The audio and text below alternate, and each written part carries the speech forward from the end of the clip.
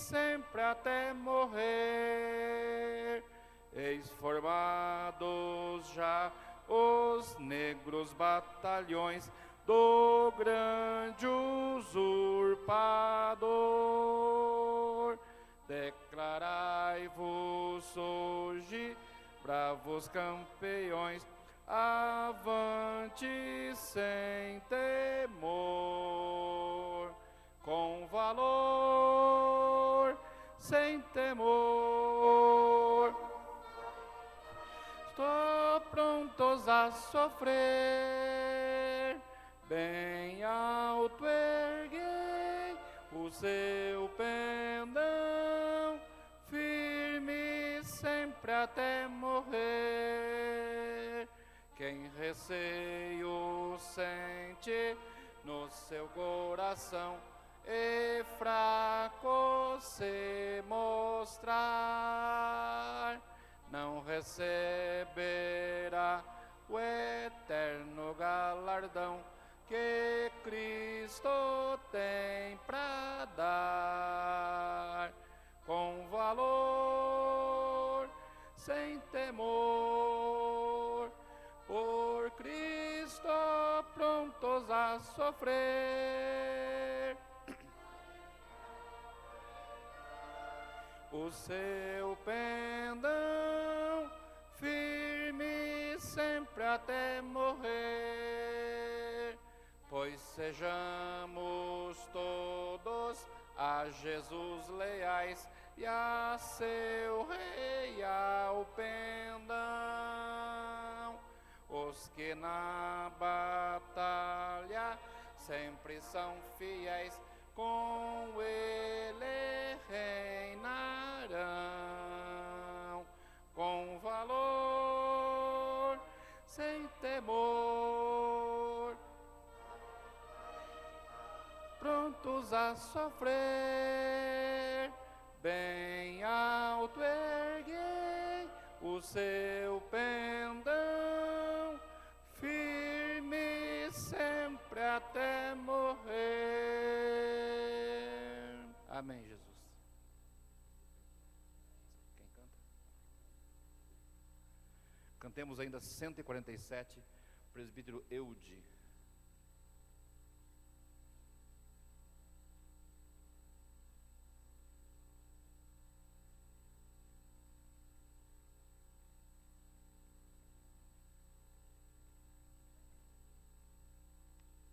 Paz do Senhor, irmãos.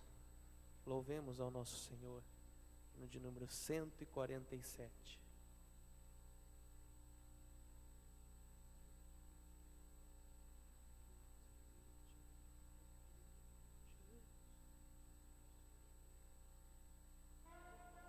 Servir-te, ó meu Rei Jesus, e contigo sempre caminhar na luz, tendo com o povo de Deus comunhão, e dos meus pecados purificação. Sim, ó meu Senhor, quero seguir-te, ó Deus de amor, sempre te servindo e também dando a ti louvor.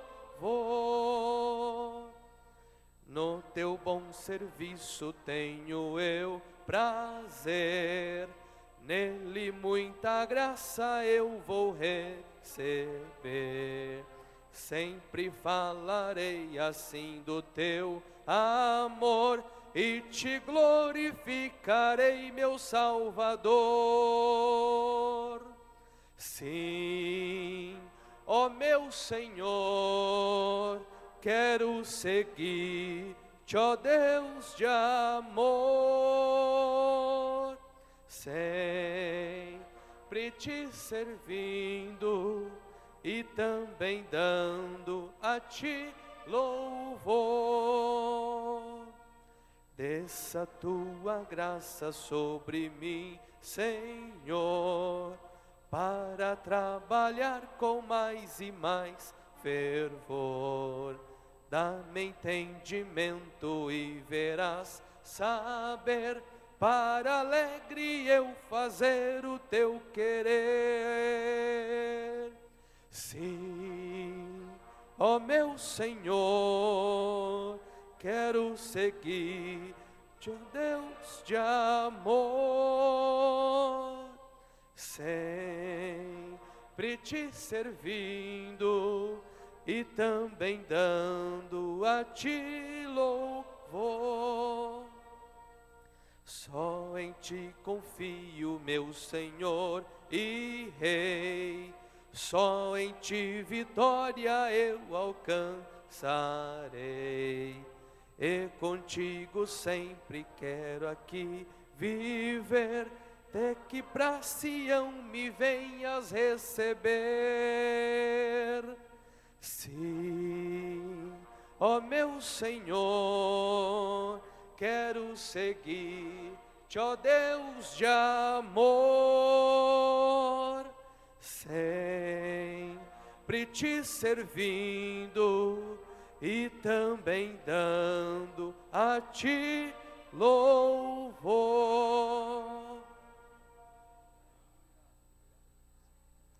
Meus amados, nós vamos fazer mais uma oração. Nessa oração nós vamos interceder em favor do Wesley, que é filho da irmã Miraci, que está enfermo, e ela pede as orações. E quem mais deseja as orações, vamos orar agradecendo a Deus por essa oportunidade e vamos interceder em favor dos nossos irmãos que se encontram necessitados das nossas orações. Tem um irmão, ele é o Zezito. Ele congregou muito ali no Boa Esperança, Parque Hipólito, e ele está entre a vida e a morte. Ele era maestro do coral lá no Boa Esperança. Ele está muito mal, só Deus. Vamos orar então. Mandulce também continua internada. A criança ainda continua lá, mas não amputou não. Muito bem. Maravilha. Câncer no fígado. Irmão Newton Sérgio, vem aqui fazer essa oração e intercedendo aí por esses nossos irmãos. Prima do irmão Jair está com câncer no fígado, mas Deus pode fazer milagre. A paz do Senhor para a igreja. Vamos levantar nossas mãos, irmão, crendo em nome de Jesus Cristo. O nosso Deus é um Deus que opera de perto e também de longe. É só a igreja clamar e cremos que o céu vai se abrir e a resposta de Deus vai descer no nome de Jesus. Amante da minha alma, eu te glorifico, eu te exalto nesta noite deste dia. A tua noiva, Pai, a tua igreja, o teu povo, abre a boca agora e abre os nossos corações para derramar diante do teu altar nesta noite, a favor dos teus filhos, das tuas filhas e do teu povo que se encontra enfermo, Pai querido, naquela lento da enfermidade. Mas nós sabemos, nós contemplamos, entendemos e compreendemos, ó Pai, que Tu é o Deus que ouve o clamor dos teus servos e das tuas servas.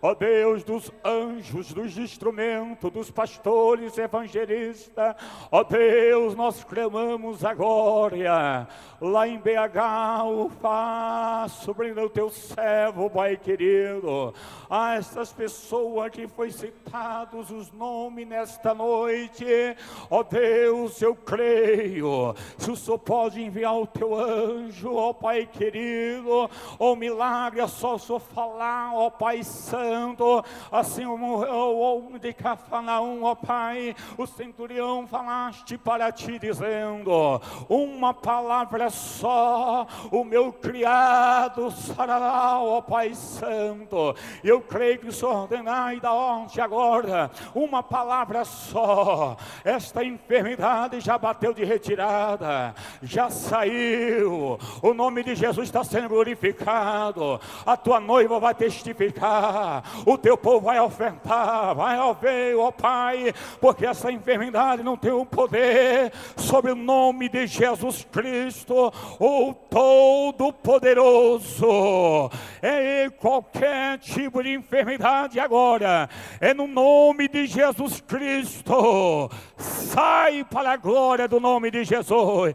É no nome de Jesus, Pai Santo, que a igreja pede, clama e suplica nesta noite, e cremos, ó Pai querido, que em nome de Jesus Cristo, as tuas mãos já está estendida, e o teu nome será glorificado para a tua glória, no nome de Jesus. Amém.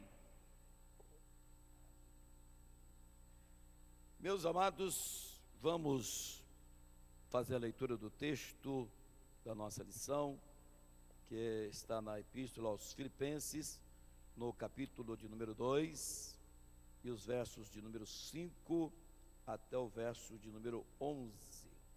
Aos Filipenses, capítulo de número 2, e os versos de números 5, 6, 7, 8, 9, 10 e 11. Hoje a nossa lição tem como título: Jesus, o modelo ideal de humildade. Eu vou ler o primeiro verso e os irmãos têm a liberdade de ler os demais. Depois eu gostaria que o irmão Silas ficasse aí com o microfone. Nós vamos ler aqui alguns versículos, ou fazer a leitura, tá certo? Capítulo 2, versos de número 5, eu vou ler. Depois os irmãos têm a liberdade de levantar e ler os demais versículos, até o versículo número 11. Diz assim a palavra do Senhor: de sorte que haja em vós o mesmo sentimento que houve também em Cristo Jesus. Não teve por usurpação ser igual a Deus,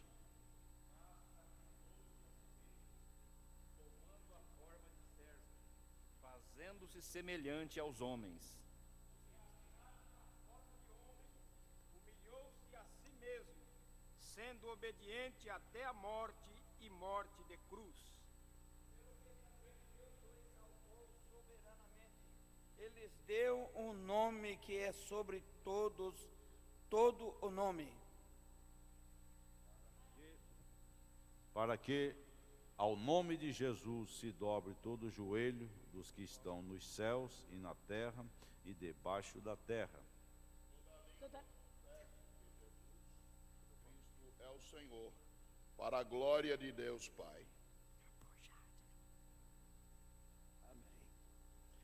Muito bem, esse texto, irmãos, da Epístola de Filipenses, eu acredito que é o texto mais conhecido que nós temos nessa epístola, não é? Porque ele é muito citado, é um texto que tem toda uma, vamos dizer assim, uma redação bem elaborada. Paulo, o apóstolo, foi um instrumento muito afinado nas mãos de Deus, e aqui nesse texto, eu acredito que Deus tomou a mão dele assim, para escrever essas letras, e que falam a respeito da magnânima pessoa de nosso bem-amado Senhor e Salvador Jesus Cristo. Portanto, nesta noite, a nossa lição, ela tem um teor teológico, porque nós vamos observar que Paulo, ele está respondendo, por certo, um questionamento daquela igreja. Paulo estava preso, aprisionado, mas recebeu notícias de que a igreja, por todos os lados, né, do campo que Paulo havia plantado igrejas, as igrejas estavam sendo ameaçadas com uma doutrina chamada gnóstica e que ela procurava, vamos dizer assim, ofender principalmente a chamada doutrina cristológica. Procurava sempre distorcer o que a Bíblia ensina a respeito de Cristo, tanto da sua pessoa, da sua natureza, como também dos seus ensinos. E Paulo, então, lá na prisão, escreve esta epístola, que é uma das epístolas da prisão, como escreve outras também, por exemplo, a epístola aos Colossenses, né? E a Filemon, que são epístolas que foram escritas na mesma época. E aqui nessa epístola, então, Paulo procura mostrar para aquela igreja que Cristo realmente, apesar de ter encarnado, de ter se humanizado, Cristo era 100% Deus. E é o que nós vamos estudar aqui ao longo desta lição. Mas antes, o textuário da lição está no versículo 5, que é o primeiro verso da nossa leitura bíblica, que diz: de sorte que haja em vós o mesmo sentimento que houve também em Cristo Jesus. Na verdade, Cristo é Deus, mas Ele esvaziou-se da sua glória, tornou-se homem como nós, para que pudesse cumprir a missão redentora.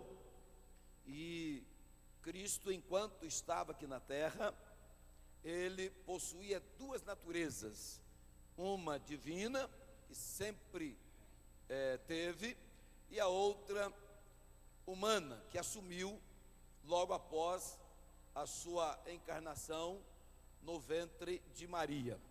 Então Jesus era 100% homem e 100% Deus.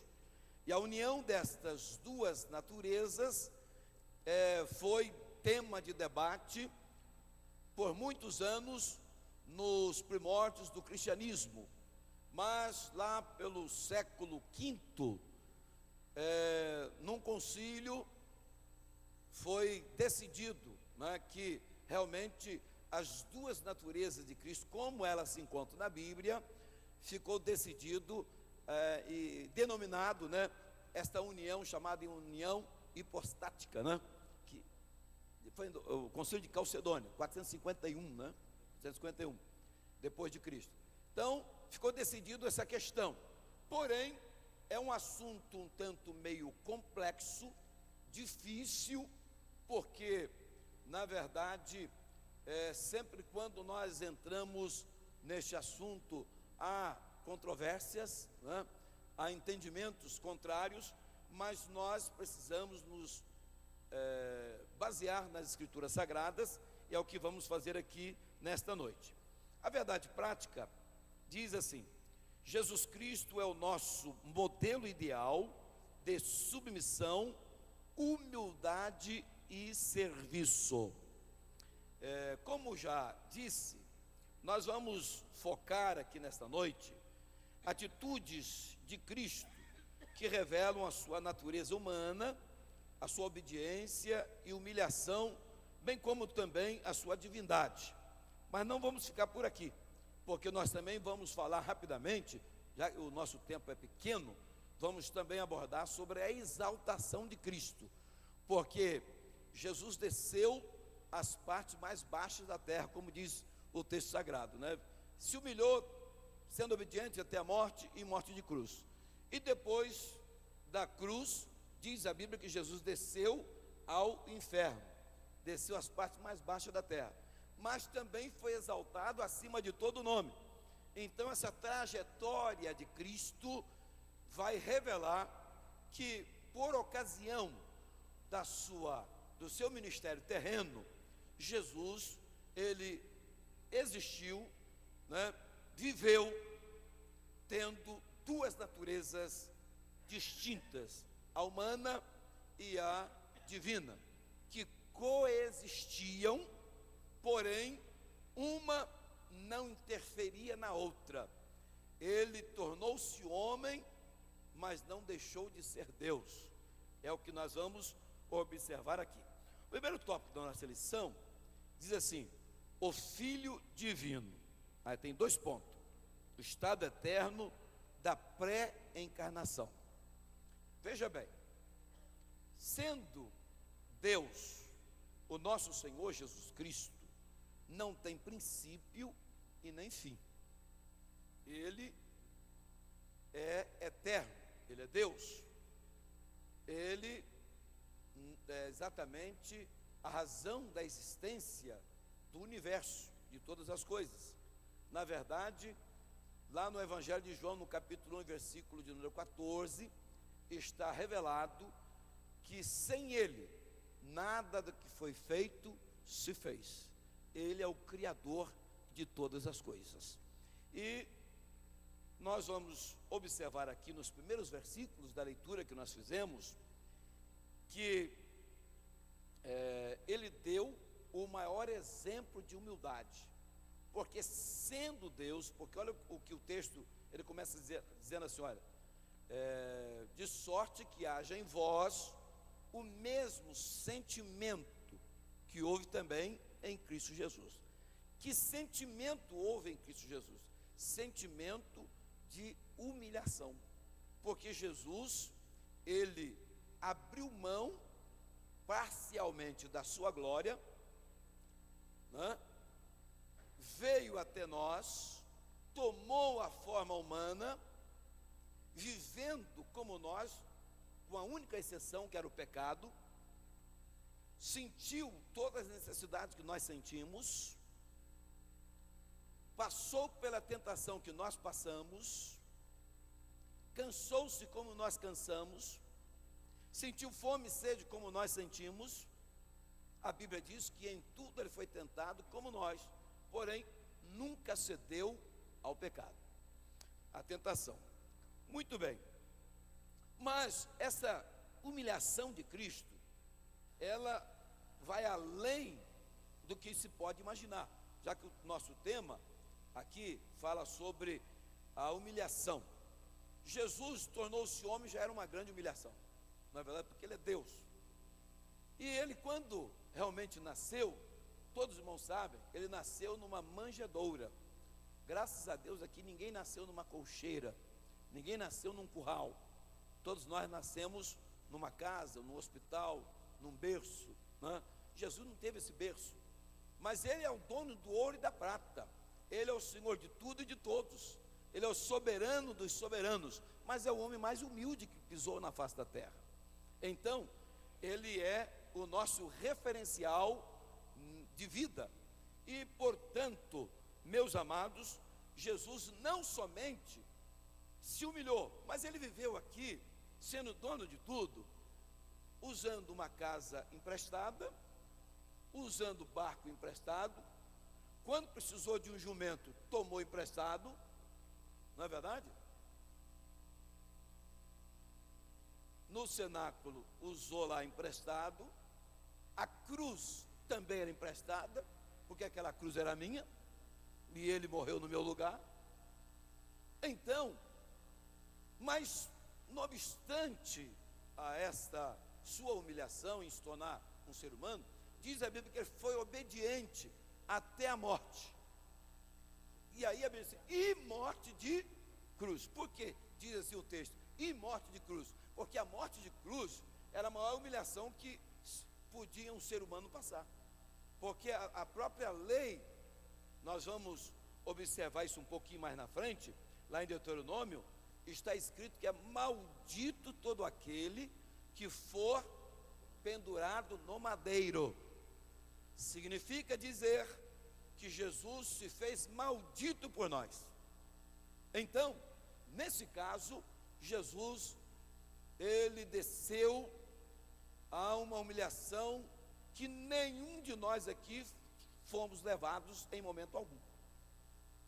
Com certeza, muitos de nós já passamos por humilhação, mas não como esta em que Jesus se submeteu. Então ele é um exemplo de humilhação, porque na verdade ele era inocente, ele nunca pecou, ele era justo, reto, absolutamente santo, absolutamente perfeito, né? E nós somos pecadores, e mesmo sendo pecadores, não fomos submetidos a uma humilhação desta natureza. Então, meus amados, ele deu o maior exemplo. E ele mesmo, em Mateus 11, 29, ele disse: olha, aprendei de mim, que sou manso e humilde de coração. Irmãos, às vezes a gente observa que o ser humano, por natureza, é arrogante. O ser humano, às vezes, não tem onde cair morto, mas estufa o peito e se julga realmente grande personagem. E Jesus é o Criador dos céus e da terra, é o Todo-Poderoso, é o soberano dos soberanos, e viveu aqui humildemente. Então, e ele mesmo declarou essa humildade. Essa humildade é visível, é histórica, todos nós sabemos, conhecemos, por isso nós nem vamos comentar tanto sobre ela. E humilde de coração, aprendei de mim, quer dizer, na verdade, porque só em Cristo que nós podemos aprender isso, porque o ser humano, é difícil encontrar uma pessoa realmente humilde. É claro que existe, né? Mas não uma humildade do naipe desta humildade que Jesus vivenciou aqui na face da terra. Ele é o mestre, né, que nos ensina e nos molda dentro desta condição em que ele realmente submeteu. Aqui o segundo ponto da nossa primeiro tópico diz: ele era igual a Deus. Na verdade,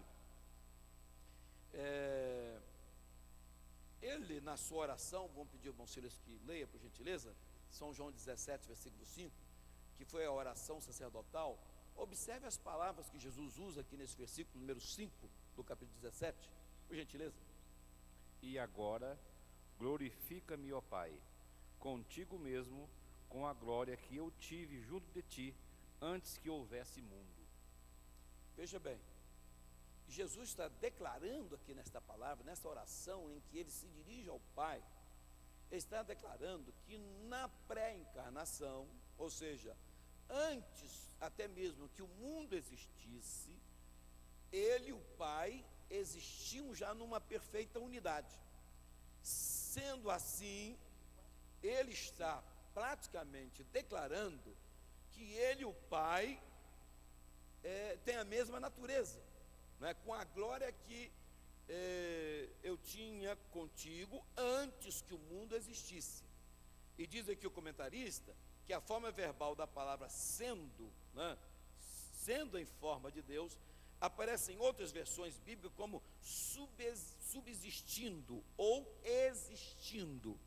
Então significa que Jesus, na sua pré-encarnação, ele já existia antes que o mundo existisse. Ele não passou a existir a partir de Belém, quando nasceu.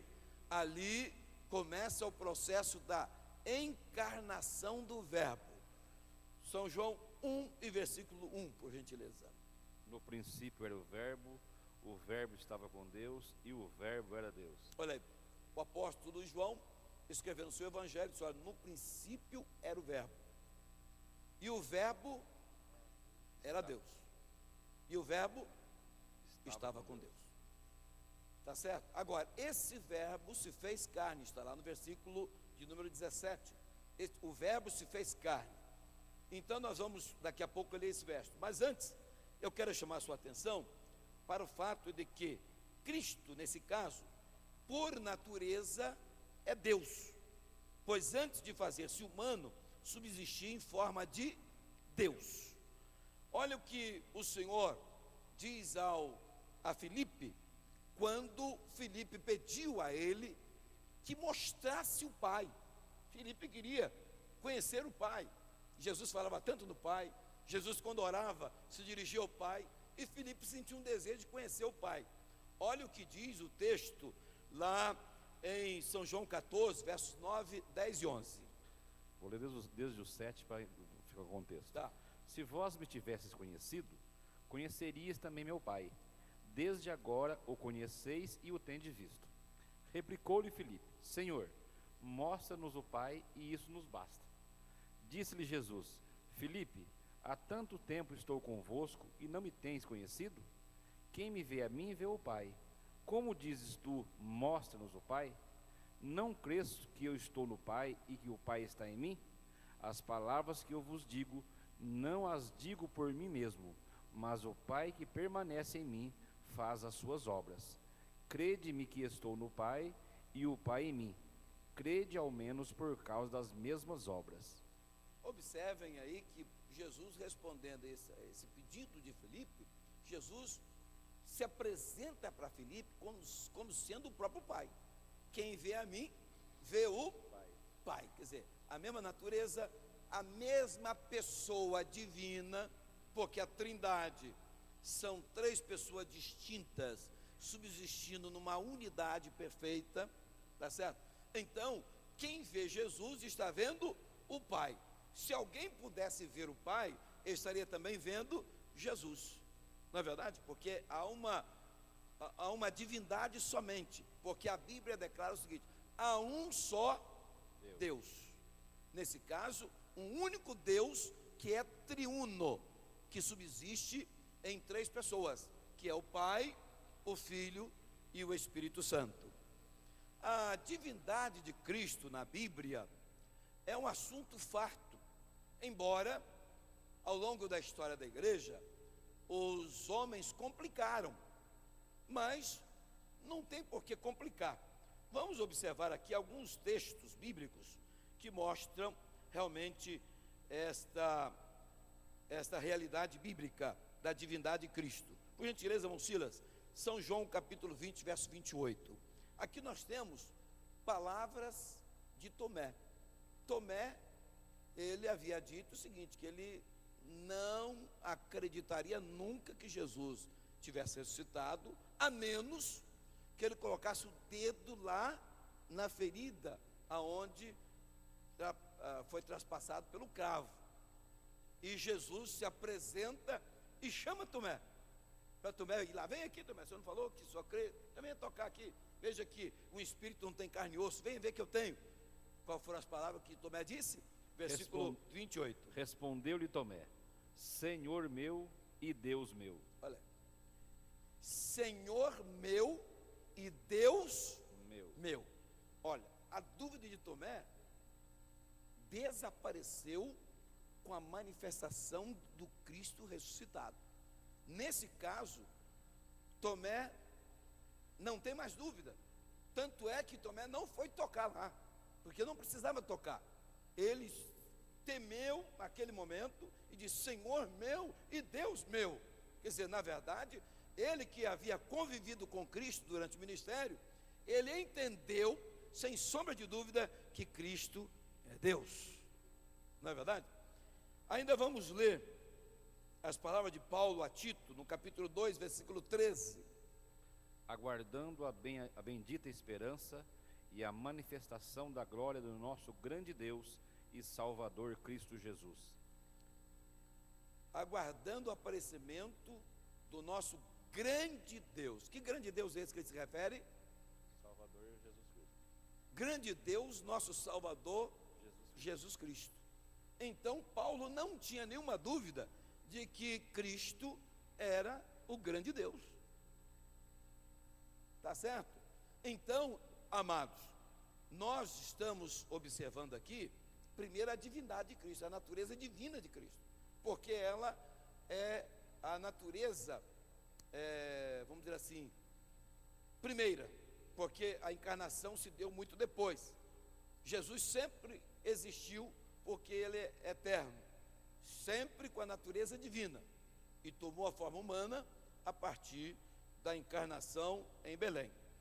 Nas palavras do escritor aos Hebreus, vamos observar Hebreus 1 e verso 8. Mas acerca do Filho, o teu trono, ó Deus, é para todos sempre. Cetro de equidade é o cetro do seu reino.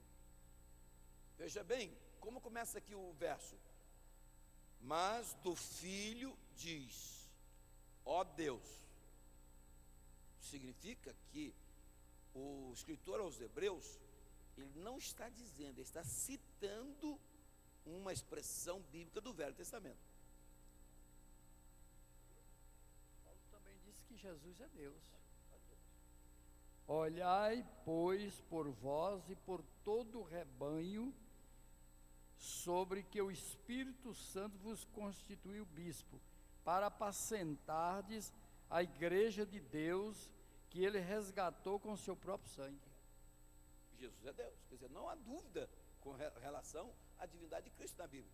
Não, o Novo Testamento, ele é farto de referências sobre a divindade de Cristo. O próprio Senhor, em Apocalipse 21:7, olha o que diz lá, 21:7 de Apocalipse, ele próprio declara-se ser Deus. Olha aí, 21:7.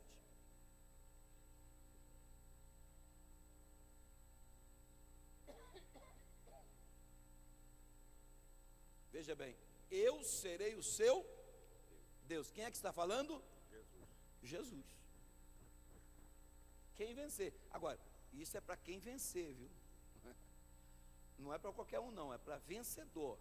É para quem triunfa nas tribulações, nas provações, nos embates da vida e permanece fiel até a morte. Então, quem vencer, olha aí, herdará todas as coisas e eu serei o seu Deus. Quer dizer, eternamente. Ele já é o nosso Deus e ele promete ser o nosso Deus por toda a eternidade. Bem, amados, no tópico 3 diz assim: mas não teve por usurpação ser igual a Deus. Ele é Deus, mas não se jactanciou, não se orgulhou, não se envaideceu por ser Deus. Muito pelo contrário. Na verdade, a Bíblia diz que ele não teve por usurpação ser igual a Deus.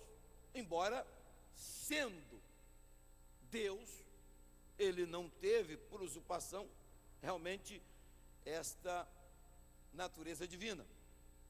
Isso significa que o Senhor não se apegou, segundo aqui o comentarista, aos seus direitos divinos. São prerrogativas divinas, mas ele abriu mão delas. E abriu mão por quê? Simplesmente porque nos amou. E o que é que Deus viu em nós? Essa é a grande pergunta. O que é que ele viu em mim? Só necessidade, porque na verdade eu não dei, e acredito que nenhum de nós demos nenhum motivo para que Jesus nos amasse tanto. Nós só decepcionamos o Senhor, nós só ofendemos a Deus, mas ele não teve por usurpação ser igual a Deus, e empreendeu uma viagem até se habitar entre nós como ser humano, justamente para nos resgatar da maldição do inferno. Ele não merece um glória a Deus? Não é verdade? Ele não teve por usurpação, ele abriu mão dos direitos, ele não agiu egoisticamente, mas esvaziou-se da sua glória. É claro que aqui numa versão diz assim, que ele erradicou, né? Erradicou não, que ele é outro termo, ele não teve, mas aniquilou, né? O verbo aniquilar, se aniquilou-se, fazendo semelhante aos homens.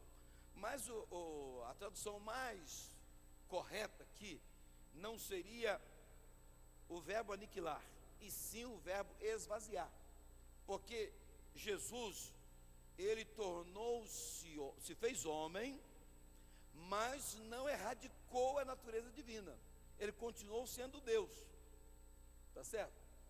É o verbo que já existia, que se fez Deus, mas ele não deixou de ser Deus para ser homem. Não foi feito aqui uma troca de natureza, aqui foi feito um acréscimo. Ele deixou parte da sua glória, abriu, vamos dizer assim, parte dos direitos divinos, das suas prerrogativas divinas, e se fez homem como nós, tá certo? O que podemos destacar nesta atitude de Jesus é o seu amor pela humanidade. Humanidade que realmente nada fez e nada podia fazer para se aproximar de Deus. Deus veio então ao encontro do homem perdido. E graças a Deus, hoje nós estamos aqui. Porque o Evangelho chegou até nós, nos alcançou com a graça divina. Pois diz Paulo, escrevendo a Tito no capítulo 2, versículo 11, ele diz: mas a graça de Deus se há manifestado, trazendo salvação a todos os homens. A graça se há manifestado. Essa graça que se refere aqui Paulo é o próprio Senhor Jesus Cristo. Então, por amor a nós, Cristo permitiu que a sua glória, o resplendor da sua glória, fosse ofuscado pela natureza humana. Por quê? Porque Ele queria que eu e você que está aqui nesta noite, pudéssemos receber um pouco daquela glória da qual Ele esvaziou. Então Ele esvaziou para que você, eu, nós pudéssemos ser cheios dessa glória. Então, isso é um amor incomparável. Nada pode comparar ao amor divino. Ele desceu a essa terra para que nós pudéssemos subir para o lar celestial. Ele se tornou pobre para que nós pudéssemos ser enriquecidos das riquezas espirituais e celestiais. Então, Cristo veio, como disse aqui o pastor Jurandir, porque viu em nós somente necessidade. Porque nós, realmente, eu me lembro de uma ilustração, que um professor foi visitar um aluno, um menino, e o menino recebeu o professor a pedrada. Era um menino meio levado, e deu um corte na testa do professor. O professor pegou o lenço, colocou lá no corte, desceu e foi fazer um curativo. E fez o curativo e tal. Aí disseram para o pai do menino pegou o menino lá, deu uma surra nele e tal. E o professor fez o curativo, passou numa loja, comprou uma roupa lá para o menino, que o menino estava muito maltrapilho, para levar de presente, subiu o morro de novo. Aí quando chegou lá, o pai veio encontrar com o professor: mas professor, o senhor me perdoe, esse menino é muito levado, esse menino já deu uma surra nele, porque ele fez isso com o senhor e tal. Aí o professor disse: não, eu vim fazer uma visitinha para ele, e eu trouxe até um presentinho para ele aqui, uma roupinha para ele e tal. Mas professor, pelo amor de Deus, meu filho não merece. Aí o professor disse: não, eu sei que ele não merece, mas ele precisa. E nós estávamos na mesma situação. Deus sabia que nós não merecíamos nada, mas nós estávamos precisando da salvação, do perdão, né? Precisando de ser lavado no sangue do Cordeiro, pois éramos pecadores realmente perdidos, agora somos pecadores remidos, resgatados pelo sangue do Senhor Jesus Cristo. Agora nós lemos com o peito empolado o que está lá em 1 de João 1:7. Se nós andarmos na luz, como Ele na luz está, temos comunhão uns com os outros, e o sangue de Jesus Cristo, o seu Filho, nos purifica de todo o pecado. Glória a Deus. Estamos lavados e santificados no sangue remidor de nosso Senhor e Salvador Jesus Cristo. Meus amados, o segundo tópico da nossa lição, o tempo é muito curto e a gente tem que correr um pouquinho. Diz: o Filho do Homem, o estado temporal de Cristo, que é o nosso segundo tópico. Aí diz aqui o primeiro tópico: aniquilou-se a si mesmo, ou, melhor dizendo, esvaziou-se a si mesmo. Foi na sua encarnação que o Senhor Jesus deu maior prova da sua humildade. Ele esvaziou-se a si mesmo. O termo grego usado pelo apóstolo é o verbo kenon, que significa também esvaziar, ficar vazio. Portanto, o verbo esvaziar comunica melhor do que aniquilar, como eu já disse, a ideia da encarnação de Jesus. Então, a Bíblia, revela que Jesus, ele não fez uma troca de natureza, como nós já falamos, a divina pela humana. Antes, voluntariamente, renunciou em parte às prerrogativas inerentes à sua natureza divina, para assumir a nossa humanidade. Com relação à encarnação do Verbo divino, olha o que a Bíblia diz em São João 1 e o versículo 14. Olha o que diz aqui o texto da palavra de Deus. Preste atenção, que essa aqui é um texto central aqui dessa lição de hoje.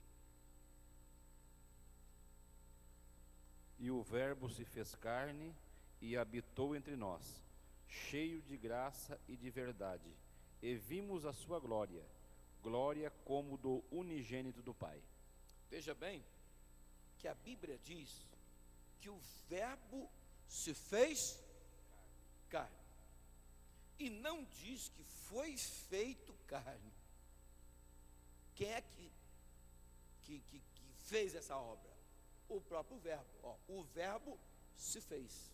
Então, para ilustrar melhor, para os irmãos melhor entender esse assunto, nem Maria e nem José teve participação neste ato sobrenatural, porque Maria foi surpreendida pelo aviso do anjo de que o que nela estava gerado era do Espírito Santo. José assustou quando soube que Maria se encontrava grávida. Na verdade, queria até deixá-la secretamente, como diz a Bíblia, porque por amá-la, ele não queria difamá-la, porque ela naturalmente seria apedrejada.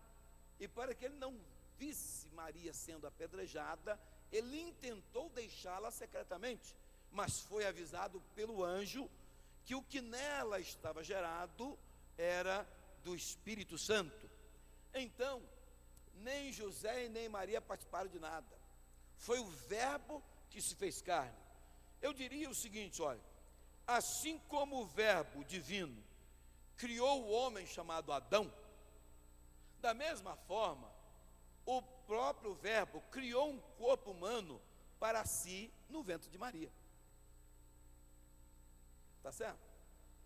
Ele próprio que criou Adão, porque sem ele nada que foi feito se fez, como diz o texto aqui do primeiro capítulo de João. Então foi ele que criou Adão. Então, do mesmo jeito que ele criou Adão do pó da terra, agora ele criou um corpo para ele no ventre de Maria. E a Bíblia diz aqui nesse texto o seguinte, e o Verbo se fez carne e habitou. O termo habitar no grego é tabernaculou, ou seja, o Deus invisível, para se mostrar visível, ele proveu-se de um tabernáculo para habitar entre nós, porque ele podia habitar, ele já habitava entre nós sem o tabernáculo, porque lá no Velho Testamento era visível a Shekinah, que era exatamente aquela glória que aparecia pela manifestação de Deus. Só que como pessoa, ele nunca havia sido visto. Ele apareceu nas teofanias, mas com aparência de anjos. Tanto é que ele é visto como o anjo do Senhor, como pedra e outros objetos, outros símbolos, que ele apareceu. Mas agora não, agora ele queria tabernacular, ele queria um corpo para habitar nele e viver um período aqui entre nós, até porque a necessidade do corpo humano era algo grandioso. Por quê? Porque a lei do resgate, lá em Levítico 25, já dizia o seguinte: para que alguém pudesse resgatar a propriedade de um israelita empobrecido, tinha que ser um parente mais chegado.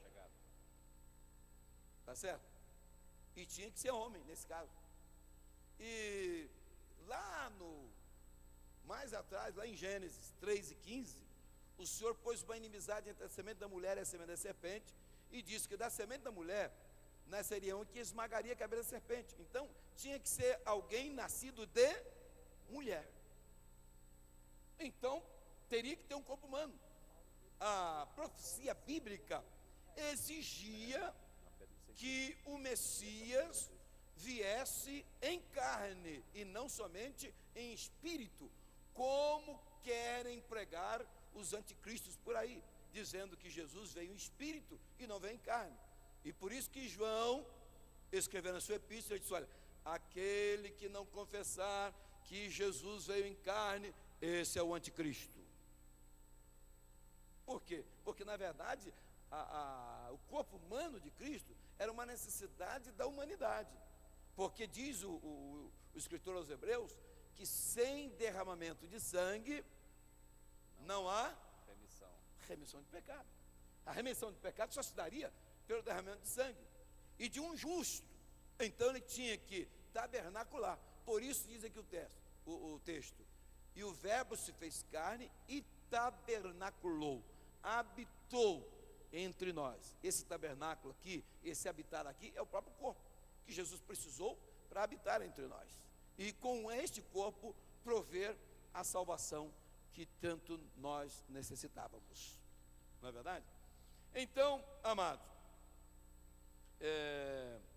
ele é Deus, se fez homem, sem deixar de ser Deus.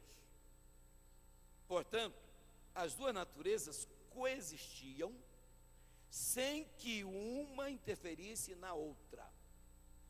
Veja bem, Jesus, durante o seu ministério, ficou cansado uma certa ocasião e com muito sono, chegou a deitar na popa do barco ao atravessar o mar da Galileia e lá dormiu, mesmo o barco sendo sacudido pelas ondas. Agora, por que ele dormiu? Ele dormiu porque era um ser humano como nós e estava cansado. Agora, naquele momento que ele estava dormindo e cansado, porventura ele deixou de ser Deus por aquele momento? Não. Como eu disse, a natureza divina não interferia na humana e nem a humana interferia na divina. E Jesus soube muito bem equilibrar tudo isto, porque quando Maria, no capítulo 2 de São João, na boda de Caná, chegou para Jesus e disse: mestre, eles não têm mais vinho. Qual foi a palavra de Jesus? Mulher, que tenho eu contigo, ainda não é chegada a minha hora. Por que essa resposta? Alguém acha que Jesus foi um tanto meio mal criado com a mãe, mas não. Jesus não respondeu a Maria como sendo filho de Maria.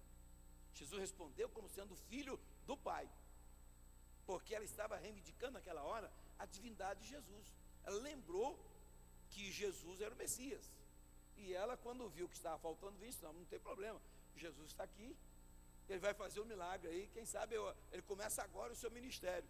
E ela então correu lá para falar com Jesus. Aí Jesus dá a resposta: que tenho eu contigo? Ainda não é chegada a minha hora. Quer dizer, como homem, Jesus podia ser considerado filho de Maria, mas como Deus, Jesus não era filho de Maria, era filho do Pai. Significa que como homem, Jesus tem mãe, mas como Deus, ele só tem pai e não tem mãe. Então, Jesus disse o seguinte, nesse aspecto, a carne não pode interferir, a divindade não pode ser interferida pela carne. E Jesus não permitiu que isso acontecesse. E aí Maria entendeu também, saiu ali do cenário e disse aos serventes: faça tudo o que ele mandar. E ela saiu fora. E daí a pouco, não sei quanto tempo depois, o milagre estava acontecendo. Eu quero dizer para você que Jesus, ele sempre agiu de forma humilde. Que eu quero destacar aqui humildade, porque é um dos temas nossos aqui hoje, né? Então, no dia daquele grande milagre nas bodas de Caná, Jesus podia, se ele fosse sensacionalista, se ele fosse orgulhoso, se ele fosse prepotente, né? Ele podia, lá no salão de festa, dar um grito lá assim: alô, atenção, observe o milagre que eu vou fazer agora, hein? Eu vou transformar essa água em vinho, vocês vão ver coisas que vocês nunca viram. Jesus não fez isso. E não faz. Jesus silenciosamente. Está lá, eu imagino, né? Que o noivo estava chorando porque não tinha mais vinho, estava envergonhado, a noiva também, a família, todo mundo lá escondido, lá pelo canto lá, sem saber o que fazer, porque não tinha vinho para servir. E ele chorando e reclamando, sem saber que Jesus trabalhava silenciosamente a favor deles. E eu quero dizer para você que isso ainda acontece hoje. Às vezes o crente está reclamando da situação sem perceber que Jesus está silenciosamente trabalhando a seu favor.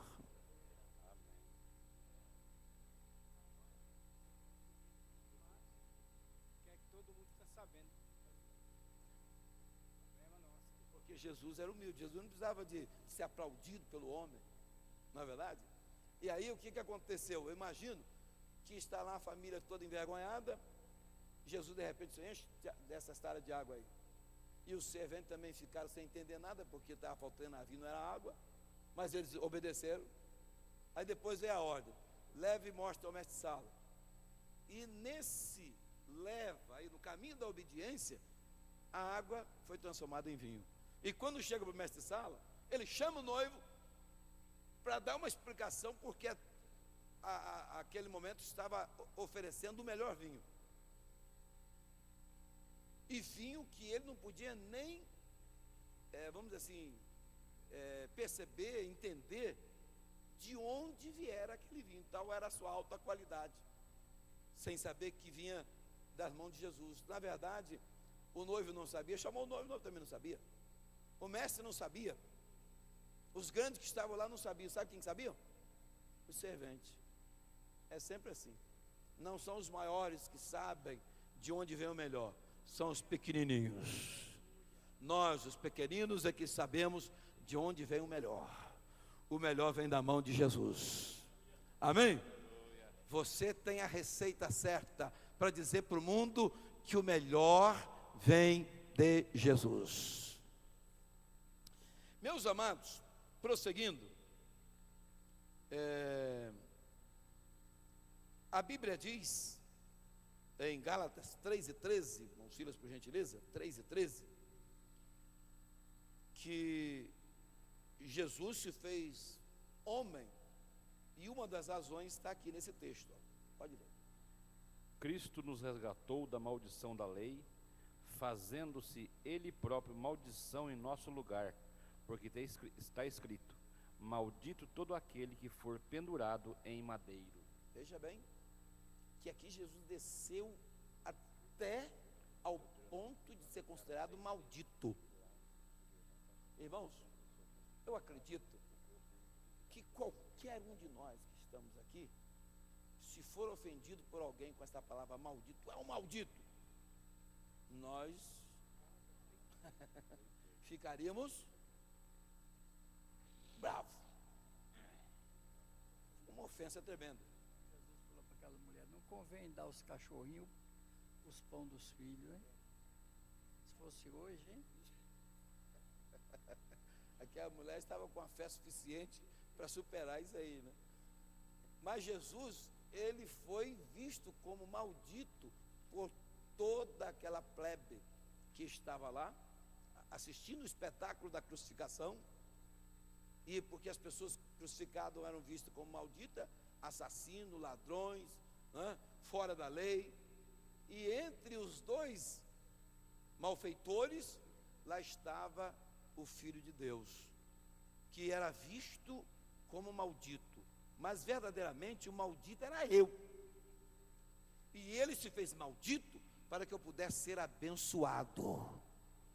E você está aqui esta noite, levante a sua mão e dê um glória ao Senhor, porque na verdade a bênção que está sobre a sua vida nos foi conferida pela maldição que ele assumiu no Calvário.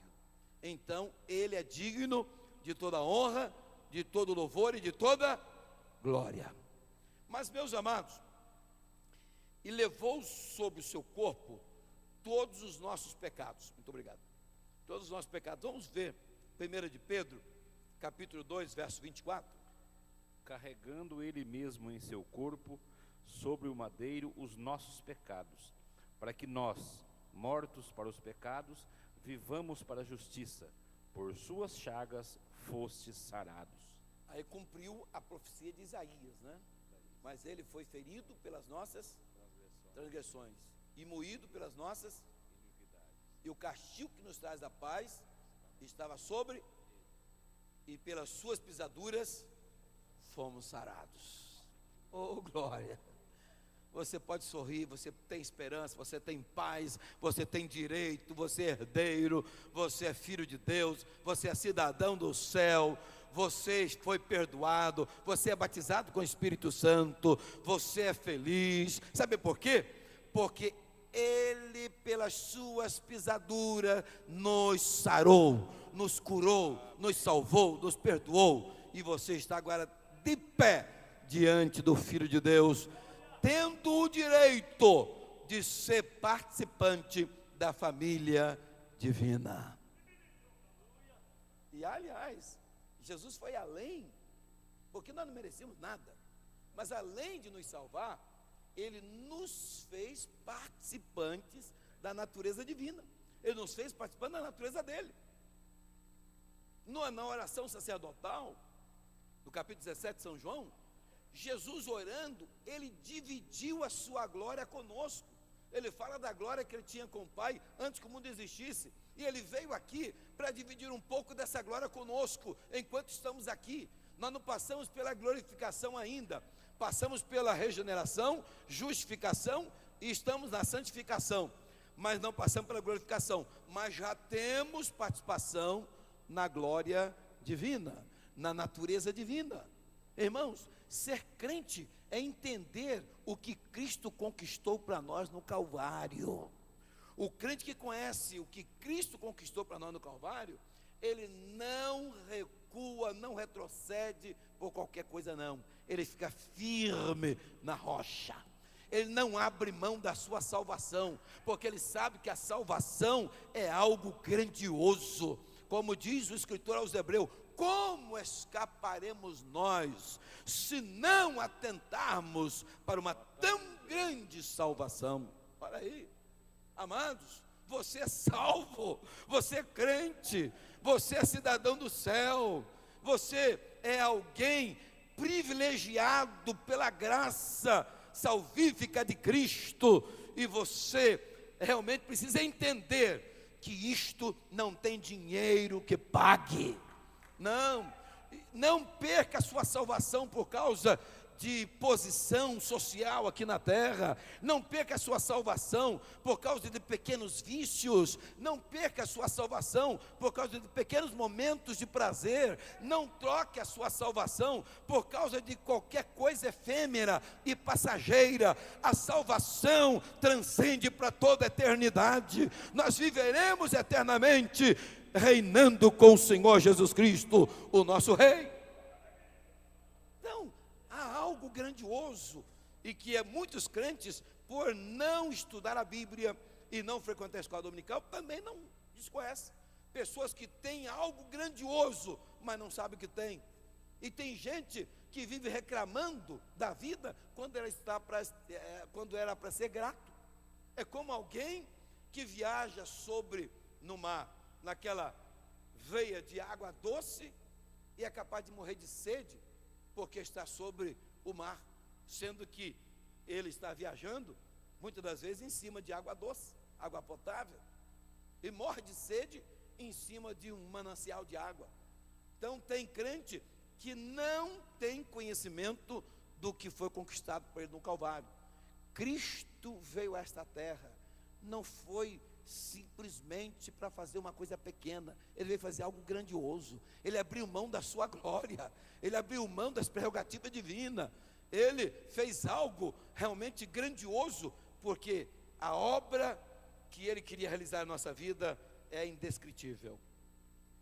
Veja o que está, por gentileza, Gálatas 4:4, por gentileza, irmão Silas. Vindo, porém, à plenitude do tempo, Deus enviou o seu Filho, nascido de mulher, nascido sob a lei. Deus enviou o seu Filho, nascido de mulher, nascido sob a lei, debaixo da lei. Isso indica que Jesus consubstancial com toda a humanidade nascida em Adão. A diferença entre Jesus e os demais seres humanos está no fato de ele ter sido gerado virginalmente pelo Espírito Santo e nunca ter cometido qualquer pecado ou iniquidade. Ó, irmãos, o texto, veja que está lá em Lucas 1,35, ó, a resposta do anjo para Maria. Respondeu-lhe o anjo: descerá sobre ti o Espírito Santo, e o poder do Altíssimo te envolverá com a sua sombra. Por isso também o ente santo que há de nascer será chamado Filho de Deus. Por isso Jesus se tornou 100% homem. A partir desse momento, o verbo encarnou, o verbo se fez carne. E uma vez estando na condição humana, diz o texto lá de Filipenses, que ele humilhou-se a si mesmo. Irmãos, aqui o texto diz que ele humilhou-se a si mesmo. Ele próprio que se humilhou. Aqui não está dizendo que ele foi humilhado. Ser humilhado é uma coisa, e humilhar-se a si mesmo é outra coisa. E ele tinha um poder. Ele estava investido de poder, esvaziou desse poder para submeter a esta condição. E ele próprio, voluntariamente, é que decidiu fazer isso. E auto-esvaziou. Então é algo grandioso. Ninguém se humilha assim, sem mais, sem menos. Não é verdade? Nós podemos ser humilhados, mas se humilhar, né, às vezes a gente vê muita falta de modéstia, mas humildade às vezes é bem difícil ser encontrada, embora haja, claro. Pois é, com certeza. Então, amados, olha o que diz Isaías 53:7. Ele foi oprimido e humilhado, mas não abriu a boca. Como cordeiro foi levado ao matadouro, e como ovelha muda perante os seus tosqueadores, ele não abriu a boca. Veja bem que Jesus não reclamou, não murmurou, não se queixou. Muito pelo contrário, diz a profecia que ele, como ovelha muda, não abriu a sua boca, porque na verdade estava cumprindo uma missão, e ele fez isso voluntariamente. Aliás, é bom dizer aos irmãos que não foram os romanos que crucificaram a Cristo, e muito menos os judeus. Quem é que crucificou a Cristo então? Eu, você, nós. Porque na verdade o próprio Cristo é que se entregou por nós. Ele que se entregou por nós. Ele disse: olha, se eu quisesse, eu pediria ao Pai, ele mandaria quantas legiões de anjos? 12. E me defenderia aqui. Mas eu quero morrer, eu quero me entregar. Então ele humilhou-se até esse momento da morte, e morte de cruz, né? O evangelista Mateus registrou o fiel cumprimento da profecia de Isaías. Olha o que diz aí, Mateus 26, 62 a 64. E levantando-se o sumo sacerdote, perguntou a Jesus: nada respondes ao que esse depõe contra ti? Jesus, porém, guardou silêncio. E o sumo sacerdote lhe disse: eu te conjuro pelo Deus vivo, que nos digas se tu és o Cristo, o Filho de Deus. Ainda até o 64. Respondeu-lhe Jesus: tu o disseste. Entretanto, eu vos declaro que desde agora vereis o Filho do Homem assentado à direita do Todo-Poderoso e vindo sobre as nuvens do céu. A única palavra que Jesus disse foi essa final aqui. Antes ele disse: olha, tu disseste. Ele não respondeu assim: olha, eu sou. Você está dizendo. Não é verdade? Depois ele disse, né, que apesar de que Jesus estava sendo sentenciado à morte, mas Jesus aqui no final ele diz assim: olha, digo-vos, porém, que vereis em breve o Filho do Homem assentado à direita do Todo-Poderoso e vindo sobre a nuvem do céu. Isso deve ter, como é que isso, essa palavra deve ter parado na cabeça daquelas pessoas que estavam ali para crucificá-lo. O que você acha que passou na cabeça dele? Eu entendo que, como se diz, entrou em êxtase, né? Falar de uma palavra que todos conhecem é fácil assimilar. Agora, colocar de uma situação que não conhece, cria um parafuso na cabeça. Porque ele estava sendo condenado à crucificação. De repente, em breve vereis o Filho do Homem assentado à direita do Todo-Poderoso e vindo sobre a nuvem com poder e glória. Quer dizer, mas vai morrer agora, daqui a pouco? O sol escureceu e a terra tremeu. A Bíblia diz que o centurião disse: verdadeiramente esse é o Filho de Deus.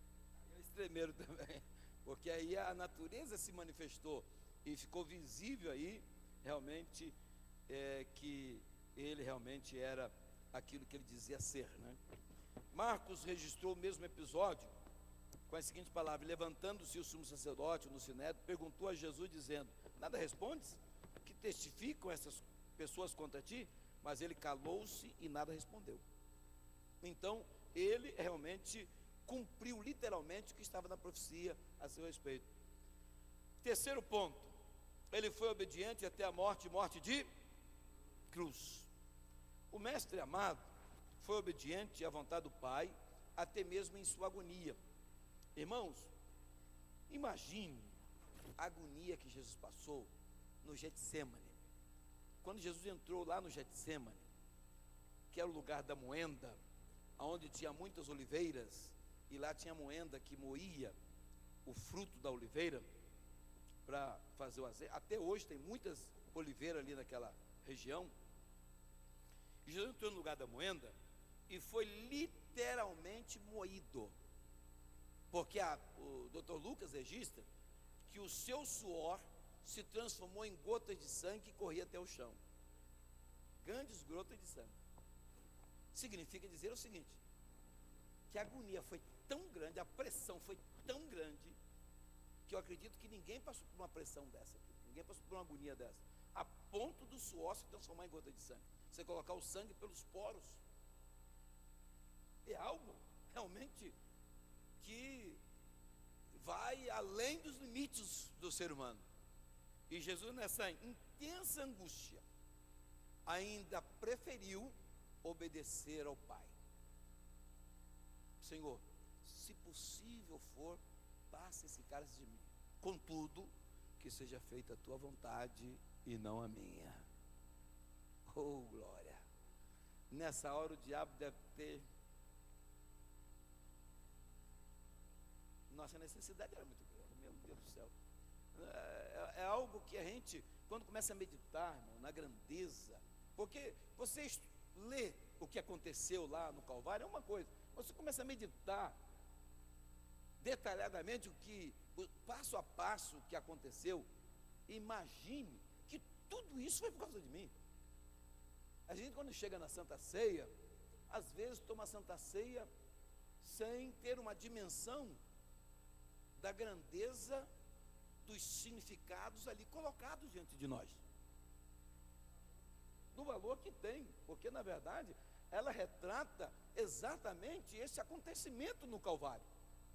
Ela retrata alguém que está sendo rasgado, né? É o pão que está sendo dilacerado para me alimentar, é um sangue que está sendo derramado para me purificar. E eu, que sou o único pecador, sou o mais miserável de todos os pecadores, como diz Paulo. Não tem nada para dar e recebendo tudo, diz aqui o pastor Jurandir, é verdade? Sem merecer absolutamente nada. O que nós merecemos? Morte. Porque estava escrito na lei: a alma que pecar, essa morrerá. Está escrito na Bíblia que todos pecaram, então todos estavam dignos de morte. Em vez de receber a morte, recebemos vida. Não é para crente dar glória a Deus, não? Não é para dar glória a Deus?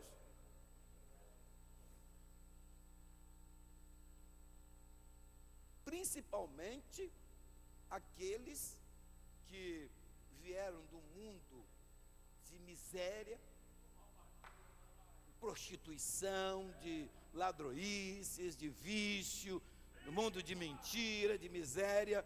Irmão, tem que dar glória e muita glória. Muita glória.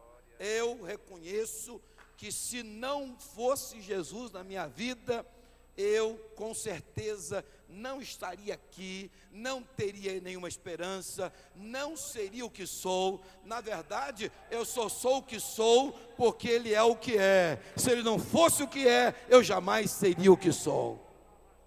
Então, Ele é digno de toda honra, de todo louvor e de toda a nossa adoração. Irmãos, é coisa grande demais. Fazendo referência a esse texto, o apóstolo escreveu, Gálatas 3:13, irmão Silas, por gentileza. 3:13, olha aí. 3:13, já lemos? Já lemos, esse já lemos. Resgatou da maldição, olha aí, da lei. Quer dizer, a lei nos encerrava debaixo do pecado e debaixo da condenação.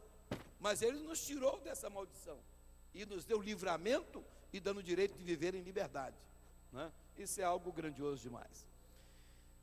O terceiro tópico que o nosso tempo já esgotou fala sobre a exaltação de Cristo. Mas Deus o exaltou soberanamente, né? Ou seja, Deus pôs o nome de Cristo acima de todo nome. Irmão, isso é coisa grande demais. Quando a gente ora em nome de Jesus, você tem que ter a dimensão desse nome, não é verdade? Porque quando você olha, eu vim aqui falar com o irmão em nome do pastor Jurandir. Ele pediu que eu viesse aqui falar com o senhor, para o senhor me arrumar um emprego aí, né? Então, o senhor está tendo um intercessor, que é o irmão Jurandir, que é um grande amigo, um grande obreiro, não é verdade? Uma pessoa de respeito. Agora, imagine você chegar no trono da glória e da graça e dizer: Senhor, eu venho aqui em nome do teu Filho Jesus Cristo. Eu venho aqui em nome daquele que o Senhor mesmo pôs o nome dele acima de todo nome. Quando você tem essa dimensão, a sua fé agiganta. Porque você não está pedindo em nome de uma pessoa de renome, você está pedindo em nome daquele cujo nome é sobre todo nome. Que lição, né? Maravilhosa, né? Coisa gostosa essa lição. Veja, vamos ler, não, Silas, Hebreus 1:3, para nós caminharmos para o encerramento. 1:3. Olha o que diz aqui o escritor aos Hebreus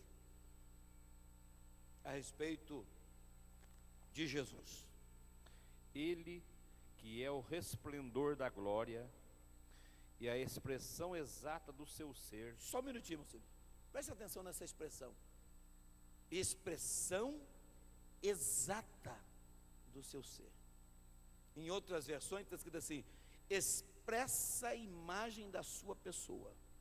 Quer dizer, entre Deus e Cristo não se tira nada.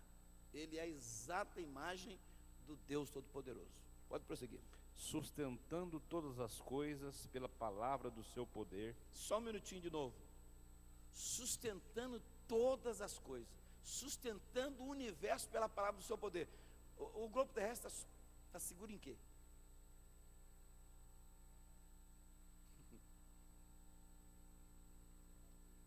Não tem uma coluna, não tem uma asa, não tem um motor, não tem uma alça, está sustentado pela palavra do poder do Senhor.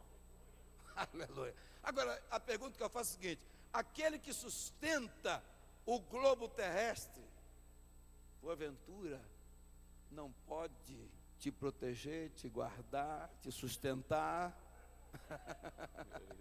Aquele que tem o universo nas suas mãos, não pode te tomar e fazer o que é necessário que seja feito na sua vida? Pode prosseguir, irmão Silas. Depois de ter feito a purificação dos pecados, assentou-se à direita da majestade nas alturas. Depois que fez tudo, assentou-se à direita da majestade nas alturas. Ele está lá à direita do Pai. Nós estamos aqui, mas estamos lá também representados por Ele. Pode continuar, moço. Tendo se tornado tão superior aos anjos, quanto herdou mais excelente nome do que eles. Jesus é superior a anjos, superior a sacerdotes, superior a profeta. Não existe nome que se possa equiparar ao nome de Cristo. A magnitude do nome de Cristo é algo estrondoso, né? Ainda o capítulo 2, versículo 9, irmão Ciro, por gentileza, para a gente encerrar. Vemos, todavia, aquele que por um pouco, tendo sido feito menor que os anjos, Jesus, por causa do sofrimento da morte, foi coroado de glória e de honra, para que pela graça de Deus provasse a morte por todo o homem. Provasse a morte por todo o homem. Agora, usado pelo autor sagrado para designar especialmente Jesus, o termo grego Kyrios revela a glorificação de Cristo. O nome Jesus é equivalente a Senhor, e por decreto divino, ele foi elevado acima de todo nome, para que ao nome de Jesus se dobre todo o joelho, que estão no céu, na terra e debaixo da terra, e toda língua confessa que Jesus é o Senhor. Então, ele é Senhor. O que significa a palavra Senhor? Dono absoluto. E lá no Apocalipse a gente encontra no capítulo 4, no capítulo 5, dois cultos. No capítulo 4, um culto adorando a Jesus por ter criado todas as coisas, pela criação da natureza, pelos atos criativos de Deus. No capítulo 5 nós temos um culto pela redenção. Tu és digno porque com teu sangue compraste homens e mulheres de toda a raça, tribo e nação, e os fizeste sacerdotes. E você está incluído nessa, viu? Eu estou incluído nessa aí. Nós estamos incluídos nessa aí. Nos comprou com o seu sangue, nos fez sacerdotes. Você está sentado entre príncipes. Você é cidadão do céu. Você é embaixador do reino celestial. Levante a sua cabeça. Você é alguém que foi realmente dignificado pelo sangue do Senhor Jesus Cristo. Então, alegra a tua alma, glorifica o Senhor, porque se tombarmos aqui, irmãos, nós temos uma mansão preparada na glória, e lá seremos recebidos pelo Senhor dos senhores. E Jesus Cristo, irmão, não tem dúvida que Ele é o Senhor da igreja, Ele é o Senhor da história, Ele é o Senhor da Bíblia, Ele é o Senhor dos homens, Ele é o Senhor da terra, Ele é o Senhor do céu, Ele é o Senhor que desceu até nós, Ele é o Senhor que subiu, Ele é o Senhor que venceu, Ele é o Senhor que vai descer, Ele é o Senhor que abre e ninguém fecha, Ele é o Senhor que fecha e ninguém abre, Ele é Senhor meu, Senhor teu, Senhor nosso, é o Senhor de tudo, é o Senhor de todos, é Senhor maravilhoso, é Senhor divino, é Senhor ditoso, é Senhor poderoso, é o Senhor que guia, é o Senhor que orienta, é o Senhor que traz paz, é o Senhor que traz esperança, é o Senhor que renova, é o Senhor que levanta, é o Senhor que liberta, é o Senhor que justifica, é o Senhor que regenera, é o Senhor que cura, é o Senhor que levanta, é o Senhor que orienta, é o Senhor que nos guia, é o Senhor da glória, é o Senhor de tudo, é o Senhor dos senhores, é o soberano dos soberanos, a Ele toda a honra, toda a glória e todo o louvor.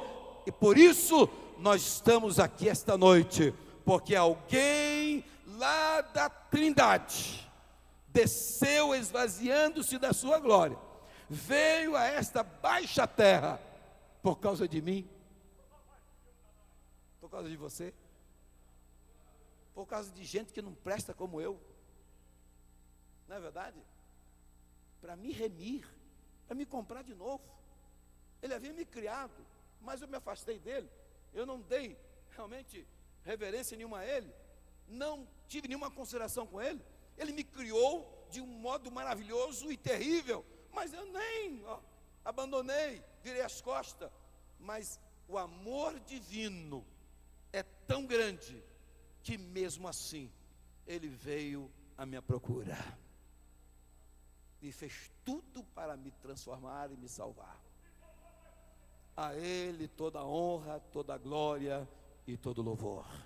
Que Deus nos conceda a sua graça, porque na verdade Nós já confessamos que Jesus é o nosso Senhor, mas aqueles que não confessam que Jesus é o Senhor, haverão de confessar, querendo ou não.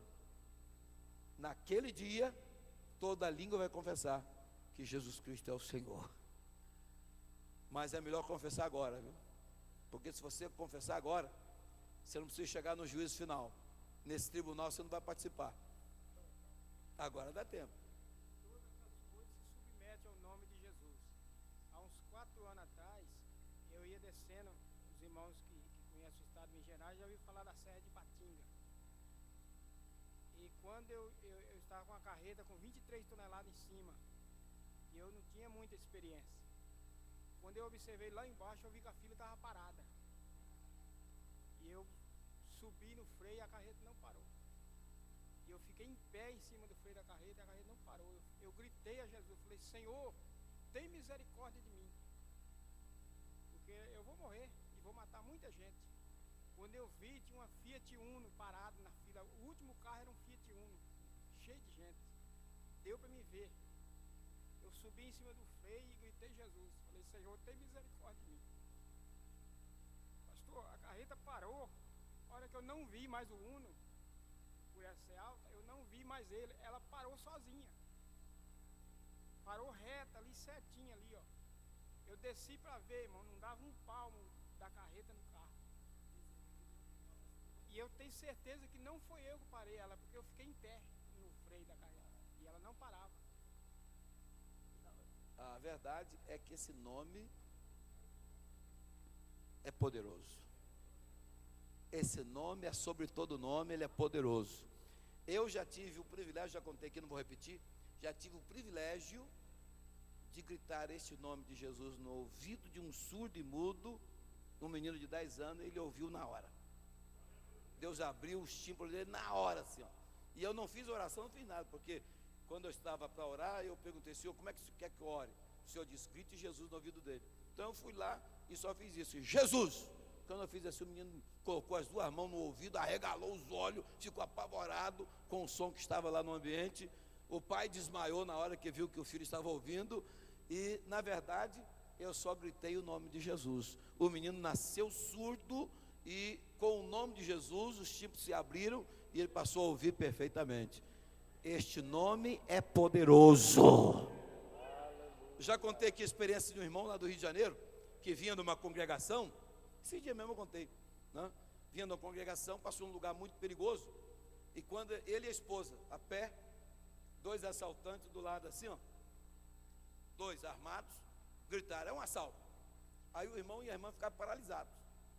De repente, sem mais sem menos, a irmã deu um grito, Jesus! Quando ela gritou Jesus,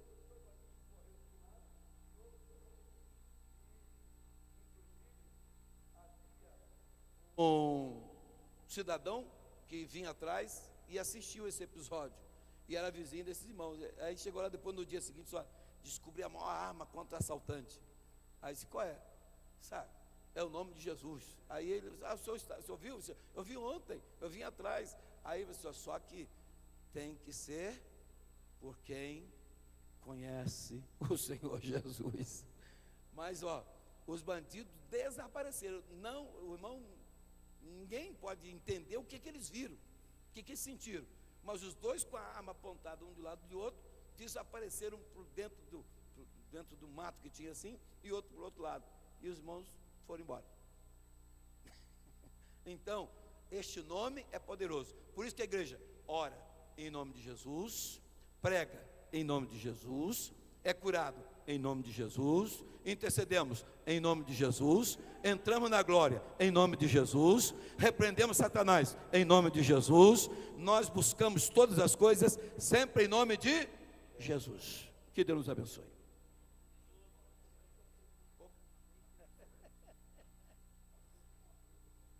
Aleluia.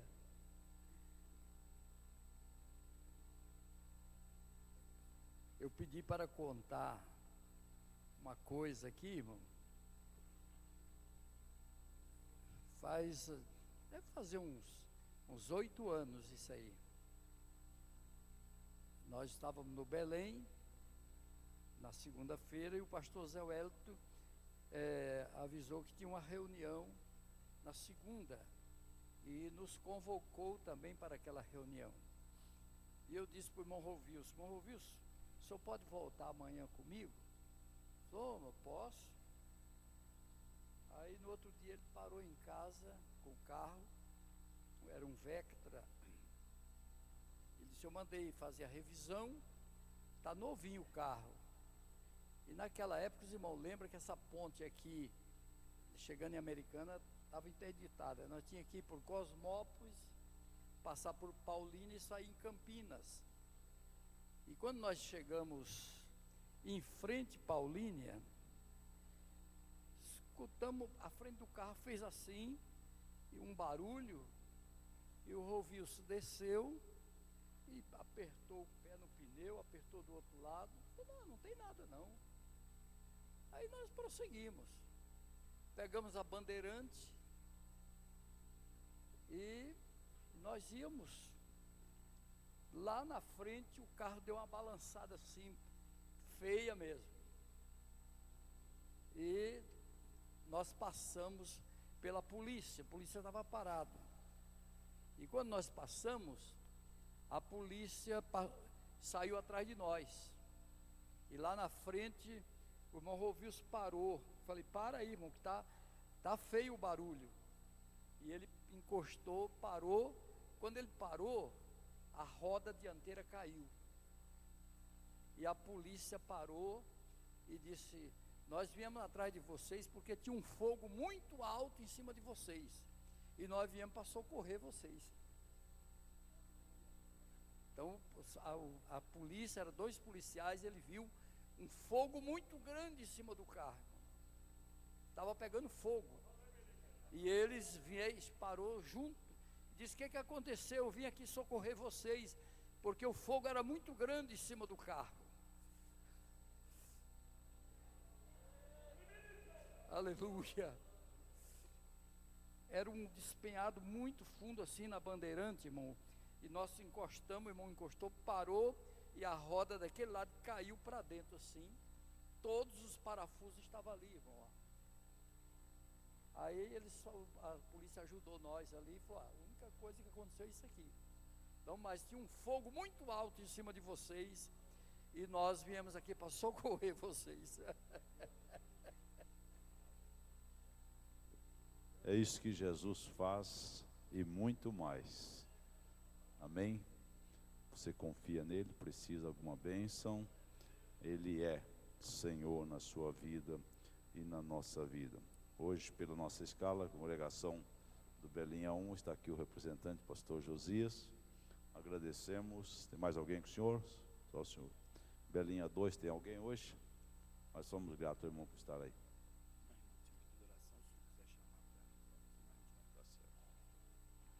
Isso que o Senhor fez e faz. A nossa fé multiplica cada dia. Convido os irmãos a estar de pé. Quinta-feira, aqui à noite da Vitória. Sábado, a nossa reunião mensal de obreiros. Domingo, escola pela manhã. E à tarde, às 18 horas, batismo e a Santa Ceia do Senhor.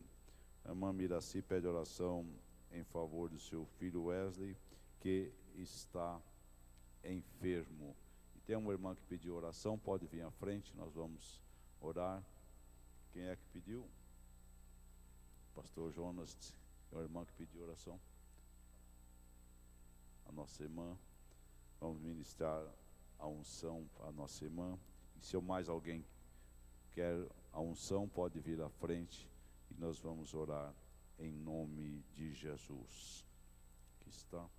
Convido o pastor Silas para ministrar esta unção à nossa irmã. Ele é o Senhor dos milagres, o Senhor da bênção e o Senhor da vitória. Aleluia. Pastor Joel vai estar orando e nos abençoando com a bênção apostólica. Em nome de Jesus, vamos levar a vitória. Oremos. Maravilhoso Deus, nosso Pai, te damos graças, Senhor, porque Tu és o mesmo, ontem, hoje e eternamente.